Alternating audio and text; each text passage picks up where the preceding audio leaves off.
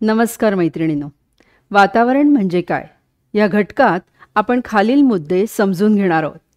वातावरण म्हणजे काय, सकारात्मक व नकारात्मक वातावरण म्हणजे काय, मुलांबाबत वातावरणाचं महत्त्व काय, मुलांबाबत वर्ग वातावरण म्हणजे काय, मुलांबाबत सकारात्मक वर्ग वातावरणाचं महत्त्व काय. सुरुवात करूया वातावरण म्हणजे काय या मुद्द्यापासून. मैत्रिणींनो, वातावरण म्हणजे आपल्या आजूबाजूला असलेली परिस्थिती. त्यात सजीव व निर्जीव असे दोन्ही घटक येतात. आपल्या घरातही आपल्या आजूबाजूची परिस्थिती, त्यातील माणसं, त्यांचे एकमेकांशी असलेले संबंध, आपल्या घरातील वस्तू, त्याचा आपण करत असलेला उपयोग, हे सगळं वातावरणात समाविष्ट होतं. आता व्हिडिओ थांबवा आणि विचार करा बरं.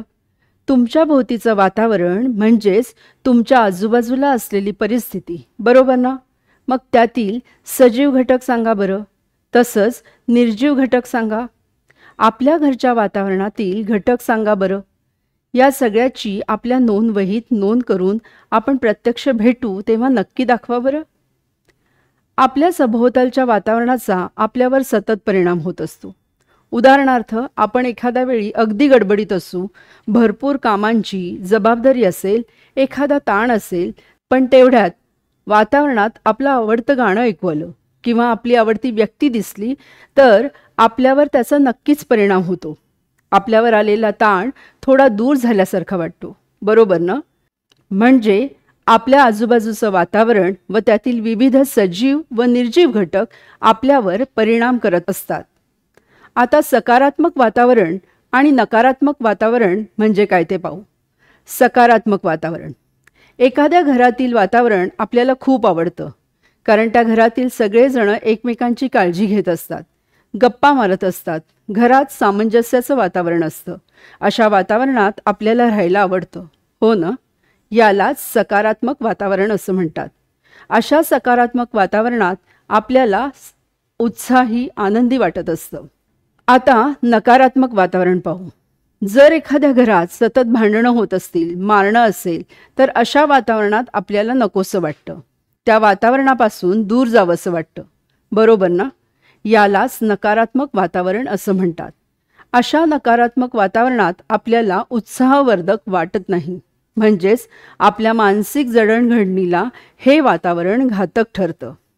आता मुलांबाबत वातावरणाचं महत्त्व काय, तर मुलांबाबत सांगायचं झालं तर त्यांच्या घरातील व घराच्या सभोवतालच्या वातावरणाचा सखोल परिणाम मुलांवर होत असतो. एखाद्या मुलाच्या घरातील वातावरण प्रसन्न, हसतमुख असेल तर ते मूलही प्रसन्न, हसतमुख असतं. पण तेच जर वातावरण चिडचिडे, अपशब्दांचे असेल तर मूलही चिडचिड करतं, इतरांना मारतं, अपशब्द वापरतं, असा अनुभव येतो. म्हणजेच मुलाच्या भोवतीचं वातावरण सकारात्मक असणं आवश्यक आहे. आता व्हिडिओ थांबवा आणि विचार करा बरं. सकारात्मक वातावरणाची काही उदाहरणं आठवतात का? तसंच नकारात्मक वातावरणाची काही उदाहरणं आठवतात का? आपल्या वर्गातील सकारात्मक वातावरणाच्या, म्हणजे ज्यात मुलं नेहमी आनंदी असतात, अशा वातावरणाच्या नोंदी करा बरं. मुलांबाबत वर्ग वातावरण म्हणजे काय ते समजून घेऊ.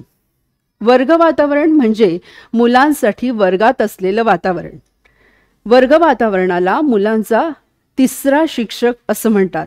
वर्ग वातावरणातील प्रत्येक घटक मुलांच्या शिकण्याच्या प्रक्रियेत मदत करत असतो.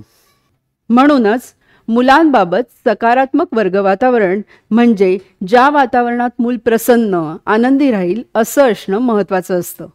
मुलांच्या शिकणं या प्रक्रियेचा विचार करताना मुलांसाठी वर्गातील वातावरण कशा प्रकारे सकारात्मक ठेवता येईल याचा अतिशय सखोल आणि अभ्यासपूर्ण विचार करणं गरजेचं असतं. कारण मुलांसाठी सकारात्मक वर्ग वातावरण आनंददायी अनुभव देतं, जे मुलांच्या शिकणं या प्रक्रियेला सक्षम जोड देतं. मुलांचा मेंदू विकास व सर्वांगीण विकास हा आनंददायी सकारात्मक वातावरणातच साध्य होतो. मुलांच्या सर्वांगीण विकासासाठी सकारात्मक वर्ग वातावरण आणि त्याचं सुयोग्य व्यवस्थापन समजून घेणं अत्यंत महत्त्वाचं असतं. मैत्रिणींनो, पूर्ण व्हिडिओ पाहिलात? सकारात्मक वर्ग वातावरणाचं महत्त्व तुमच्या शब्दात सांगा बरं. तुमच्या वर्गातील मुलांना मिळालेले आनंददायी अनुभव आठवा व तुमच्या शब्दात मांडा. धन्यवाद.